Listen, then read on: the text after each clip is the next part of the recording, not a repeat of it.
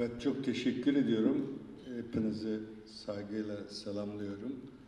Ben ilk önce bize bu salonu tesis eden Ankara Büyükşehir Belediyesi'ne hem bizi yalnız bırakmayan, 20 yıl biz beraber bizi destekleyen Bircan abi, eski Kamusen başkanı da aramızda, 20-30 yıl bizle bu mücadeleyi verenlere görüyorum aramda. Bizi yalnız bırakmadığınız için çok çok teşekkür ediyorum.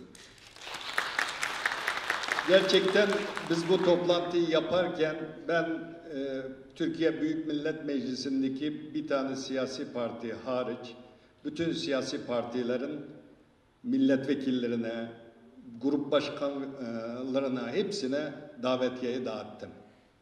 Çünkü bugün Uygurlar 840'ta devletini kaybettiği zaman nasıl perişansa bugün gerçekten öyle. Çok acı bir durumdayız.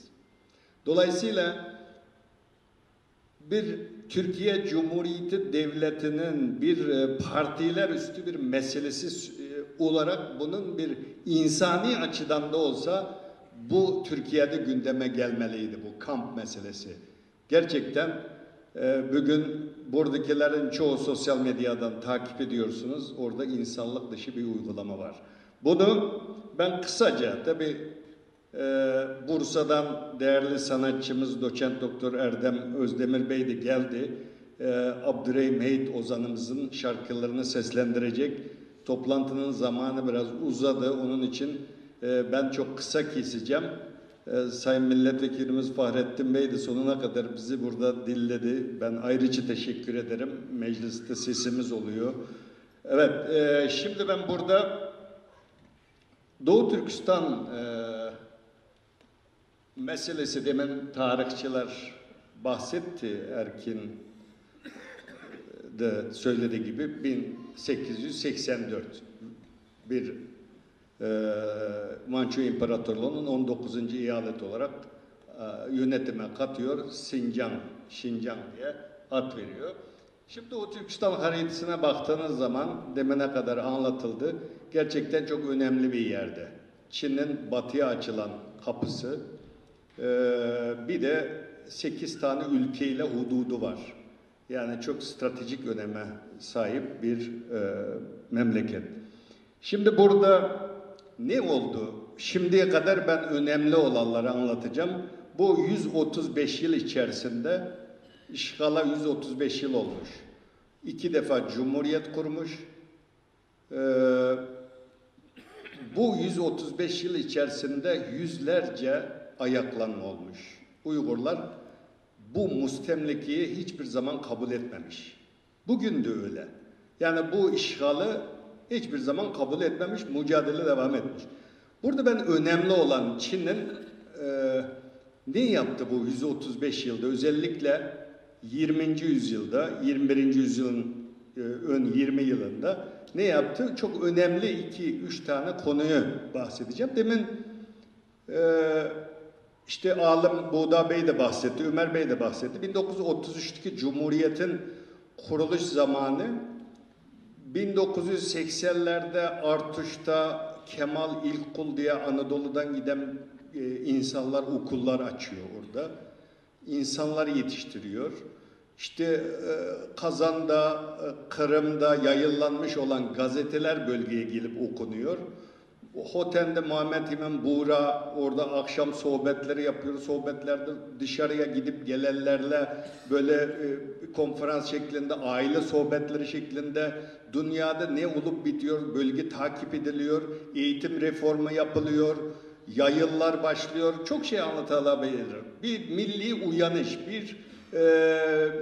bir kültürel bir kendine dönme, bir eğitimde her alanda büyük atılımlar yapılıyor bu dönemde.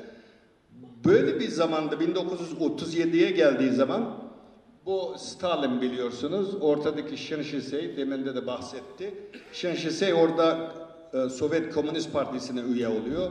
Bu tarafta Milliyetçi Çin'in bölgedeki askeri yöneticisi. O en sağdaki fotoğraf Osman Batur'un idam edildiği dönemi. Bu işte 37-42 bu dönemde nasıl Sovyetler Birliği'nde Azerbaycanlı o meşhur şair Ahmet Yavatları yüzlerce insanı Türkçü, milliyetçi, pan-Türkist diye idam ettiyse, Doğu Türkistan'da da bu 37-42 döneminde çok sayıda insan idam ediliyor. Bir kısmı yurt dışına kaçabilen kaçıyor, hapise atılıyor, idam ediliyor. Burada çok şey anlatılabilir. Bir konferans konusu da olacak şey. Bu dönem, şimdiye kadarkine baktığımız zaman aynı çizgide. İki ayakta Uygurlara yönelik bir yok etme var. Biri diyor, sen pan-Türk'sün, bir de pan-İslamist diyor. İki suçlamayla yok ediliyor. İkinci bir dönem hep 7 ile başlıyor. İkincisi 1957-1959. Mao 49'da bölgeye giriyor. O başbakan Zhou Enlai, sonra Wang var, bölgenin Komünist Parti Genel Sekreteri. Bunlar bu dönemde yerlik milliyetçilikke karşı hareket diye bir hareket başlıyor. Yani pan-Türkizme, pan-İslamizme karşı mücadele diye bu dönemde de çok sayıda insanları ben demin bahsetti arkadaşlar, bu eğitim reformu yapıldıktan sonra o Kazan'da, Buhara'da, Semerkant'ta, İstanbul'da çok yerde okup giden, Mısır'da böyle insanlar var. Bunların hepsini dışarıya bağlanan pan-Türkist, pan-İslamist suçlamasıyla çok sayıda insan idam ediliyor. O demin de unutmuşum, o 37'deki idamda bazıları 300 bin insanın öldürüldüğünü söylüyor. O zamanki rakamla çok büyük rakam. Yani geçen de bir makalede, kaynakta 100 bin kişinin idam edildiğini söylüyor. Bu arşivler yayınlanmaya başladı. Hepsi çok değerli, milli değerlere önem veren bu tip aydınlar, yazıp çizen bu tip insanlar. Üçüncü bir dönem bugün. Yani bu 2017-19, şu anki Cumhurbaşkanı Xi Jinping, bölgenin Komünist Parti Sekreteri Qin Chuangu. Bugün bunlar resmi rakamlara göre Batılılar 1 milyondan 2 milyona kadar insanın kampta olduğunu söylüyor. Tabii bunu nasıl verildiği ihaleler, o kamplar hepsi fotoğraflandı. Çoğu Batılılar uydu üzerinden buradan fotoğrafını çektiler. 84-90 civarında büyük çapta kamp olduğunu. Bunu çarptığımız zaman 2 milyon civarında diyor ama ben bunun çok fazla olduğunu düşünüyorum. Sadece benim ailemden 13 kişi götürülmüştü kampa. Şimdi yavaş yavaş bazı kişiler bırakılmaya başladığıyla ilgili haber alıyoruz. Bu dönem çok acı dönem. 2017-19 şimdiki. Bu 80'den sonra biliyorsunuz burada da aynı 30'larda olduğu gibi 80'den sonra bölgede Çin'in bir açıklık politikası neticesinde bölgede eğitim, çok gelişmeler oldu. Bir örnek vereceğim. 100 civarında, 80'den bugüne kadar 100 civarında roman yazılmış. Düşünebiliyor musunuz? Geçen de Kutatkubilik toplantısı yapıldı. Orada ben bir bildiri hazırlamıştım. Bizim Türkiye'den sonra en fazla Kutatkubilik'le ilgili makale yayınlanmış Doğu Türkistan'da. 575 tane eser, makale, kitap olmak üzere 500, Türkiye'de 855 tane Kutatkubilik'le ilgili araştırma. 80'den bugüne kadar ciddi bir hem Türkolojiyi bu diğer sahalara da yayabiliriz. Zaman münasebetiyle ben kısa kesiyorum. Ciddi böyle bir milli şuurlanma var. Ya ben kimim, neyim, bu toprak kimin toprağı? Böyle bir sahiplenme var. Yani 80'lerden başlayan böyle bir sahiplenme var. Bunu Çin bu tutuklananlar içerisinde genellikle camiler bakın bu dini yönü. Yani 2001'de 2002'de başladı aslında Çin'in bu sertleşme politikası. Yasaklar Sovyetler Birliği'nin parçalanmış Türk Cumhuriyetlerinin bağımsız olmasıyla başlamıştı. Böyle bakın camiler yasaklanmaya başladı. Bu 2008'den itibaren başladı olimpiyatı bahane ederek. Bakın bu Türklüğü ve İslam'ı simgeleyen ay yıldız olan mesela Türk bayrağıyla tişört giymek ya da Türk bayrağı, cep telefonunuzda Türk bayrağı olsa polis çevirme yaparsa size hemen tutuklama nedeni yani. Kamptı yatanların çoğu böyle. Ay yıldız. Bunların hepsi sokaktan böyle topluyordu. Yani ay yıldızla tişört giyerler. Karakola götürülüyordu. Şimdi bu sertleşme, tabii Ürümçi olayı var, 97'deki Gulcu olayı var, Barın böyle katliamları sayabiliriz ama sertleşme 1 Nisan 2017'de radikalizme karşı bir yönetmeli, bir genelge yayınlandı Çin'de. Bu tarihten itibaren tutuklanmaya başladılar. Bu 50 maddeden oluşan bir şey. Bir maddesini söyleyeceğim sadece. Aşırı dinci fikir ve düşüncelerin etkisi altında kalmak, dini içerikli vaaz ve tebliğler dinlemek, dini içerikli eylem ve faaliyetleri vatandaşların günlük normal hayatına sokulması, müdahalesi kesin olarak dini aşırılık kapsamındadır diyor. Yani gidip gelirler. Bunlar belgelendi. Yabancı gazeteciler belgeledi. Mesela sokakta birini gördüğünüz zaman selam aleyküm diyemezsiniz. Yemekten önce bir besmele çekemezsiniz. Bunların hepsi bu dinini günlük hayatın içine sokma, radikalizme giriyor. Böyle götürülenler çok. Evet, 4. maddesi de diyor ki buna karşı gelenler yok edilecektir diyor. Bakın genelgenin 4. maddesi diyor ki buna uymayanlar yok edilecektir diye bir madde koyuyor. Devlet Başkanı Xi Jinping'in bir konuşması var. 2017'de bu konuşmadan sonra zaten sertleşti. Ondan önce bir Sincan toplantısı diye merkezi hükümette 2 defa toplantı yapıldı. Herhalde o toplantılarda bu karar alındı. Ondan sonra yürürlüğe konmuş olabilir. Evet.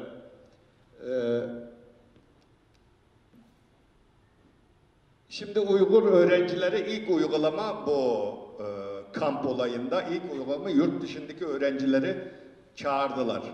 Hem süre verdi. Bu süre içerisinde dönmeyenlere diyor işte anne babanızı buradaki ailenizi cezalayacağız diye. Bu öğrenciler Mısır'da, yani Uygurların tarihine baktığınız zaman çok Osmanlı döneminden itibaren biraz milli şey olanlar İstanbul'a dini açıdan ağırlık basarlar. Daha çok Mısır'da öğrencilerini okutmuş. Bu gelenek hala devam ediyor. Mısır'da çok sayıda öğrenci vardı.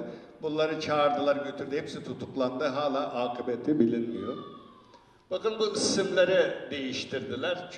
Mesela çoğu İslam ve Türk bakın. Türk Zat, Türk Naz, Zikriye, Sümeyye, Kahire, Müslim, Bağdat, Suriye gibi ya İslami isim ya da Türk ismi olması. Mesela meşhur yazarlarımızdan birinin oğlu Kemal Türk. Yani Mustafa Kemal Atatürk'e tapıyor, seviyor. Oğlunun ismini Kemal Türk koyuyor. Şimdi o Yalkon Roz'u bu önemli suçlardan biri olarak şeye yazdığı söyleniyor içeride. Yani bunlar hepsi suç unsuru olarak. Bakın bu gazetede adını değiştiriyor. Öyle İslami ismi olanlar, Türk adı olanlar böyle ismimi değiştiriyorum diye resmi gazetede verilen şeyler. İsim değiştirme ile ilgili. Bak burada da öyle. İşte Türk, Türkiye, Arap, sever, namaz, din, sabır. Bunlar cep telefonundan çıktığı zaman götürüyor polis. 3 yasaklıyor. Evet.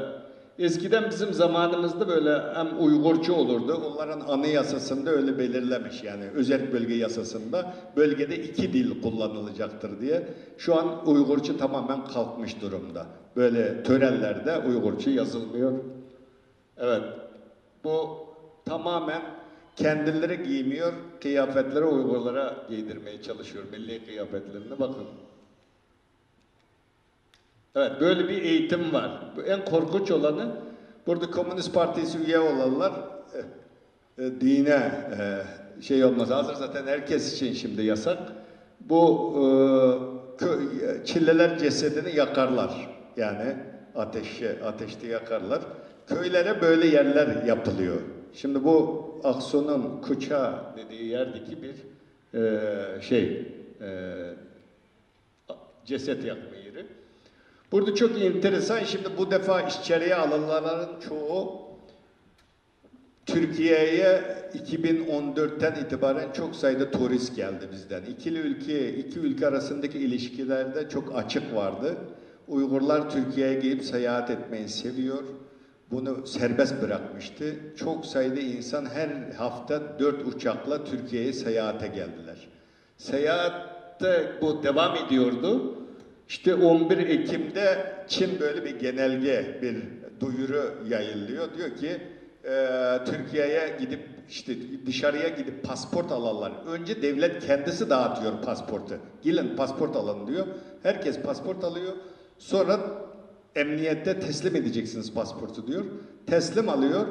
O pasport alanlar Türkiye'ye gideceğim diye. Onlar da içeride gidip gelirlerdi içeride. Çok acı bir tablo var. Bakın son 30 yılda çok büyük ticari ilişkiler gelişti Türkiye'yle. Çok sayıda insan iş kurdu Anadolu Türk'ü. Orada evlendiler Uygurlarla, aile kurdular. Daha 2 hafta önce bir tanesini 2 çocuğuyla hanımına el koyuyor için hapise atıyor. Çocuğu Kazakistan sınırından sınır dışı ediyor. Korgas dediğimiz o sınırda çocuk yatıyor. Türkiye Büyükelçiliğine arıyor. Bizi arıyor. Ne yapabileceğim diyor. Benim kızımla içeride diyor. Türkiye Dışişleri Bakanlığı yazı yazıyor. O yazıya da cevap vermiyor. Böyle korkunç bir tablo var. Biz bu gerçeği daha yeni ortaya çıkmaya başladı. Çok sayıda Türkiye Türk'ü orada aile kurmuş ya da ticaret yapmış. Bunlar içeride. Şu an öyle olan çok var. Evet. Kamplar. Şöyle fotoğrafı bitiriyorum. Bakın böyle manzara. Bu kampın şeyi. Sadece burada 15.000 insan sığan büyük bir kampı. Bunun içindeki şartlar korkunç. Çıkallar anlatıyor. Mehmet hocamla da konferans verdirdik Ömer Bekalı'yı. Gerçekten çok işler acısı, çok kötü bir durum. Bu ilk kampa götürülen 84'te Kur'an-ı Kerim'i ilk Uygurca'ya çeviren kişi bu, profesör. İlahiyat Fakültesi kurmuş. Bu ilk şehit orada vefat oldu. Bu da Sattar Saud eski eğitim nazırı. Buna da derslik kitaplara Kaşgarlı Mahmut'la ilgili küçük paragraflar koymuş tanıtmak için. Buna da Pantürkist suçlamasıyla idam cezasına çarpmış durumda. Bakın hep yayın evlerinin başkanı bu. Bu da içeride.